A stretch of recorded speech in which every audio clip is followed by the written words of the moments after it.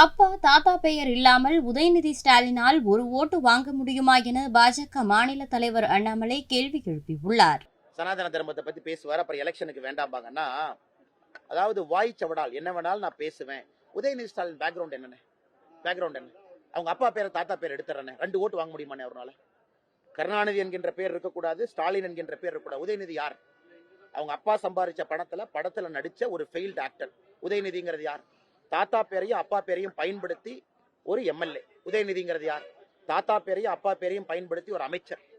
ஆனால் மோடி அவர்களுடைய கால் நெகத்தில் இருக்கக்கூடிய தூசிக்கு உதயநிதி ஸ்டாலின் சமம் கிடையாது. நான் சொல்றது மோடிக்கு சமம் பேசல. மோடி அவர்களுடைய கால் நெகத்துல உள்ள இருக்கக்கூடிய தூசி இருக்குமே அழுக்கு, அதுக்கு உதயநிதி ஸ்டாலின் கிடையாது. அதனால் உதயநிதி ஸ்டாலினுடைய தரமும் தராதரமும் அவர்கள் தெரிந்து பேச வேண்டும். யார் அவங்க? எனக்கு அரசியல் இருக்காங்கன்னா யார்? Is a good actor. எனக்கு கமலஹாசன் மாதிரி பெரிய நடிகர் அவரு, இல்ல ரஜினிகாந்த் மாதிரி பெரிய நடிகரா?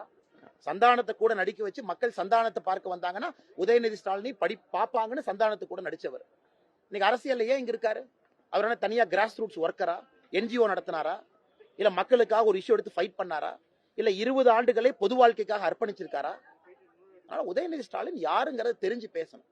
மோடி அவருடைய வாழ்க்கை என்னங்கிறது உங்களுக்கு தெரியும், எனக்கு தெரியும். குற்றச்சாட்டுகள் வைங்க, அது வேற. நாங்க அதை பத்தி பேசுறோம். ஆனா உதயநிதி ஸ்டாலின் மோடி அவருடைய தாத்தாவை பத்தி பேசுறதுக்கு என்ன தகுதி இருக்கு? அவருடைய தாத்தாவை வைத்து அரசியலுக்கு வந்தவர். அதனால்தான் மறுபடியும் சொல்றோம், மோடி அவருடைய கால் நெகத்தில் இருக்கக்கூடிய அழுக்கு உதயநிதி ஸ்டாலின் சமம் கிடையாது. செய்திகளை உள்ளது உள்ளபடி தெரிந்து கொள்ள ரெஃப்ளெக்ட் நியூஸை சப்ஸ்கிரைப் பண்ணுங்க.